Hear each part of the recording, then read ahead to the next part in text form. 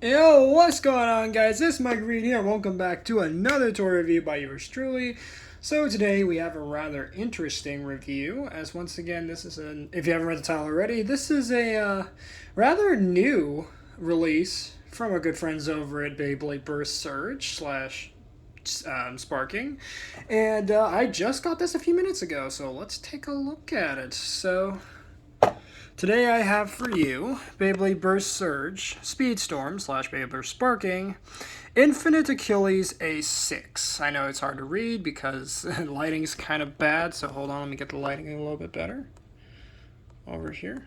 See if that improved it. Not by much, but hey, you know what? We'll work with it. So, Beyblade Surge, SpeedStorm, Infinite Achilles. Now, this is a rather interesting Beyblade, as awesome as this Bey was for the Takara Tomy release, just like most of Hasbro stuff, they found a way to screw it up one way or another. So, Infinite Achilles A6. Very nice looking Beyblade here. Obviously, we have Beyblade Burst Surge Speedstorm logo there. And of course, we have a nice CG render of Infinite Achilles. So nice to see a familiar face from the more recent Beyblade seasons finally get a nice, brand new Beyblade for this new generation, which is always great. So, or system for that matter. So, Infinite Achilles A6. We do have the Storm chip, we do have the ring, we do have the chassis or chassis disc, and then we have our SpeedStorm driver. Right there it has the fused attack power, and of course you do have the stats listed right there. But as I keep telling you guys, don't bother reading these stats because they are rubbish. Moving the box out of the way, let's get right into the Beyblade itself. Move the camera back a bit. Starting with the Storm chip slash Sparking chip, Super King chip, which is Achilles. And it does look very nice, I gotta say. Not a bad looking chip. My only complaint is, again, lack of paint, aka lack of detail from the Takara Tomy version, which had a lot more detail going on with the shield and the sort of helmet design we got going on here. And this is a really, really nice chip, at least for Hasbro standards. So I do quite like it. And of course on the back you do have the QR code to scan the Beyblade into the game, as always, the mobile game. So for a quick comparison here, let's bring in the most recent version of Achilles, Union Achilles, so you can see how they evolved the chip to this new modern look for Sparking. So very, very nice to see. Do quite like it. Again, minor complaint is, like most Hasbro stuff when it comes to Beyblade, lack of paint slash lack of detail. Other than that, very nice looking. Next up is where the problems begin, and that is the ring. This is the Infinite ring. And first major problem I have with this is obviously lack of detail. There's supposed to be detail here on the swords. And one of the most major issues with this ring for Hasbro's adaptation of Infinite is that it doesn't have its main core gimmick. Okay, so do y'all remember Union Achilles, right? Let's jump back a bit, a generation, to Union Achilles. Do y'all remember that this Beyblade had two different modes? He had the sword mode, like the large sort of Union Blade mode, and then he had the speed mode, right? Infinite Achilles has a very similar function for its Takara Tomy release anyway. Is that it had two different pieces you could place on it. The Infinite Sword, which is what this Beyblade is molded into, is its Infinite Sword, its most iconic appearance in the animation and on the product shots of this Beyblade. And then, of course, slash promo shots. And then we have the Infinite Shield, which was a yellow attachment that you would snap onto the bottom, of course, removing the Infinite Sword, of course, to do so. And this is what made this Beyblade so interesting. is that it could have either the sword or it could have the shield. And each one would do different effects depending on, of course, which one you attached. But this one doesn't have that. It's permanently molded in the infinite sword mode, which is quite a bummer. And it doesn't seem like Hasbro is going to be doing an alternate version of Infinite with the infinite shield molded on. But yeah, it's been a recurring trend with Hasbro lately. As last generation, they actually did this. Well, actually, they did it with World, actually, for Hasbro. They actually did one mold for the double pack with the actual proper combo, World Spriggan, and then later on they did a single release. I think it was, World Helios? And I believe, no, not Helios. Yeah, Helios. And it actually was in the left spin mode, even though it was a really ugly green. So, kind of weird with Hasbro lately. Sometimes they do both modes just like their Takara counterpart, but they just mold them instead of having them change properly. And then we have ones like Infinite Achilles which looks like they're just not going to do the Infinite Shield. Hasbro, of course, being lazy. Oh, and also, it's extremely hollow, so there's like no weight to this thing at all. Bummer. And I believe this layer also had metal on it in its Japanese release. Could be wrong about that. I'm sure someone's going to correct me in the comments if I'm wrong about that. But I believe there was supposed to be metal on this too, but just like most things the Hasbro's been doing lately, they gutted the gimmick. Wonderful. So, once you snap the chip and the ring together, there you will have your completed layer of Infinite Achilles. Again, not bad looking for Hasbro, but again, it could have been a lot better. So moving right along, next we do get the chassis disc, which is one balance. Now this is actually correct to its Japanese counterpart in that it is red on that release instead of how it was on Helios where it was blue. And speaking of which, let me grab Helios's version. That way we can do a quick comparison. So you can see how both of these chassis discs look together. Literally the exact same thing, just now with red plastic instead of blue plastic. And also they don't feature the double chassis functionality of its Japanese counterpart, because again, Hasbro loves gutting gimmicks, don't they? Because there's just no fun with Hasbro, is there? So, anyway, that is that. That is one balance right there. Lastly, we do get the driver, which is Dimensional SpeedStorm. And I have some problems with this. First off, no gimmick. And in the original release of Dimension, as everybody must know by now, you can go look at my previous reviews of Chozy Achilles and all that jazz for the gimmick. But essentially the gimmick was that you would twist a knob at the bottom and it would telescope the driver into 3 different modes, which would change the performance ever so slightly on each level. And each one would click into place. Both audibly, and you could kind of feel it like click into place when you twisted it into the mode that you want. But of course with this one it doesn't do that. It's permanently molded in the high mode configuration, and it's also a really ugly poo brown. Not even a poo brown, it's more like a mixture of poo brown and chocolate brown, like milk chocolate brown. Why they chose this color, I don't know. But this is definitely not accurate to the original version whatsoever, as I believe it was a translucent red. And it was a dark red, too, for Takara Tomy. Sorry, not for Hasbro, Takara Tomy. But yeah, really, really big letdown here for that. So once we get the Beyblade all together, and the slopes are almost disgustingly loose, there you have Infinite Achilles, one balanced Dimensional SpeedStorm / Dimension SpeedStorm. Quite the interesting release, and quite the tall beef nugget of a thing.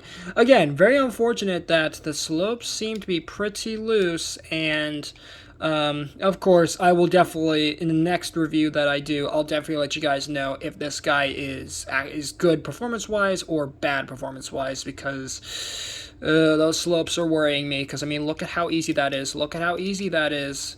Like I'm just tapping it, and it's just sliding. That worries me. But anyway, so there you have that. Now it is time for comparisons, and of course we got a bunch. So we're going to start off with the previous evolution, starting with the first ever Achilles released, which was 2018's Z Achilles 11 Extend. So there you have them. Very, very nice looking.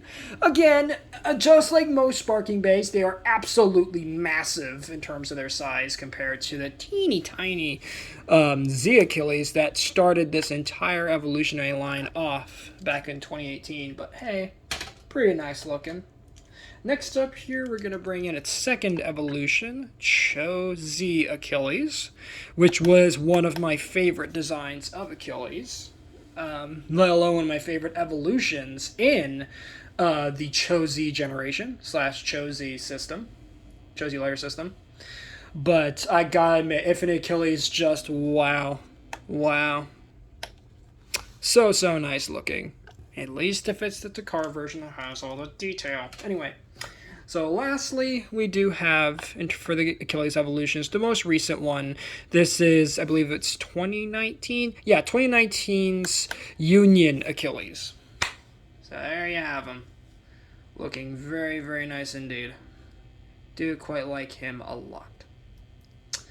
But again, really would have hoped that somehow Hasbro would have been able to implement the infinite sword and shield modes, but unfortunately Hasbro just either couldn't find a way, or like most things Hasbro does these days, they were just lazy and decided not to do it. But anyway, now it's time for the rest of the Sparking Bay Marathon for Hasbro and TT. So we're going to start off with that, on that note, with Super Hyperion. So you can see, very, very nice looking. Again, the Takara version is definitely better in terms of detail and in terms of performance. But hey, I'm not going to complain. Hasbro did do pretty decent for this release, as I can't, because as you guys know, as much as I hate with a burning passion, Hasbro's, deep dark dive from the highs that were the first season and the evolution line. But hey, you know what? Hasbro's going to do what Hasbro's going to do. And to be brutally honest, I don't think any of my complaints are going to affect anything. But hey, you know what? If I'm going to put them out there. It's like I said in prior reviews, you know? If something is... If I have a nitpick about a product and I think that it's bad in some degree, I'm not gonna shy away from it. I'm gonna tell it how it is. If the product sucks, it sucks. If it's good, it's good. I'm not gonna be like, oh, this product is amazing and it's fantastic and y'all should go buy it. No, if it sucks, I'll let you know that it sucks. If it's good, I'll say it's good. But unfortunately, I can't really say that about Hasbro's stuff lately. Even though, don't get me wrong, it is good enough for Hasbro standards these days. It could be so much more. Really could be. So anyway, next up here, sorry for that long rant, we do have King Helios, also known for Hasbro fans as Colossal Helios. By the way, I really hate that name. That's another nitpick about Hasbro's Beyblade Burst that I don't like. The renaming of certain characters. So, like, Colossal Helios, like, really? That's the best you guys could come up with? And why couldn't they keep it King anymore? Oh, that's right, because King Kirbyus exists for Hasbro. I don't know why they couldn't have just kept it Kaiser Kirbyus, like the Japanese version, but whatever. Whatever, Hasbro, do what you're gonna do. So next up here, we do have Spear Dullahan, one of the Hasbro exclusive evolutions.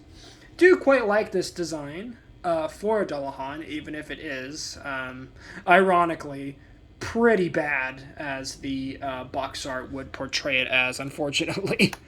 So, you know, very, very nice looking right there. Next up we have Curse Satan right here. Very, very nice looking there, of course. It seems like Satan is a bit taller than Achilles. That could just be my eyes playing tricks on me, but I think Satan is bigger than Achilles. I might be wrong about that. Hold on. Let me make sure I'm not crazy. No, never mind, I'm crazy. He actually is taller. Yeah, never mind. It's just because he's more upright. Hold on, let me try to tilt him over a little bit. Let's see. No, he still looks taller. He still looks taller in terms of width-wise for the layer, but Achilles is bigger, so it's just a perspective. Okay. Next up here, we have Brave Valkyrie. And looks very nice. They're nice to see these two characters back at it with brand new, fresh from the press evolutions. So, do like that. Again, both of these for Hasbro could have been so much more, but hey, I'll take what I can get because, you know what? Hasbro, as I keep saying, is pretty bad, but they're not downright awful. Clearly, because I still buy their stuff. Anyway, next up here we have Variant Lucifer, also known for Hasbro as the lovely name of Vex Lucius. Great name, guys. Really. Oh, God. And I'm not even... Okay, so... I just remembered the name of the evolution for this guy, which I will do a review on hopefully soon, because I'm hoping to get the Hasbro set that comes with this guy's evolution. The name for it is absolutely god-awful. And I cannot wait to rip that particular release a new one, because, oh boy, it's bad. It's bad. Oh my god. When did this turn into a rant? Oh my god. But, like, you guys get the point. You guys get the point. I don't think I need to rub it in anymore, but Hasbro's not that great. Anyway, so next up here, we have Tempest Dragon, also known as Triumph Dragon. Again, now that's a name for Hasbro that I actually like. I actually like that name, Triumph Dragon. I dig it. Because, unfortunately, Tornado Wyvern back in the God generation, so that's Evolution generation, had to get its name changed by Hasbro to Tempest Wyvern. So, of course, you can have two Tempests in the same toy line, so they had to change the name again. So, thanks, Hasbro, for changing the names, because now you're screwing it all up. Okay, I swear, that's the last time I'm going to rant on Hasbro, I swear. But actually, now that I'm thinking about it, now that's on my brain, I know, a very weird time to pose this to you guys, but how would you guys like for me to do an entire video just ripping on Hasbro and why their adaptation of Beyblade Burst is terrible, and to some degree. So let me know, guys, if you want to see that, because I will definitely do that, because let me tell you, I could spend a whole hour just ripping on Hasbro and why they have just started sucking so hard lately. Good lord.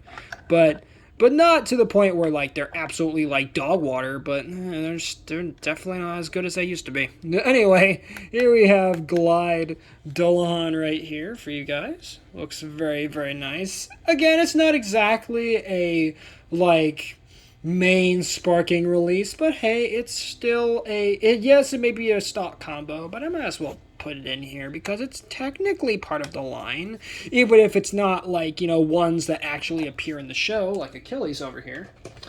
So, / animation series. But next up here we do have Death / Demise. Devilos / Diabolos right there. So, Demise, Devilos, Death, Diabolos. Very, very nice looking design. Almost forgot his name for a second, but it came to me. So, that's all that matters on that. Next up, we have Abyss Devilos, the left spin counterpart. Both of these two look very, very nice together. Of course, you know, Demise Devilos / not Demise Devilos, Abyss Devilos / Abyss Diabolos. He actually is left spin, unlike Achilles over here, who is right spin. So, there is that.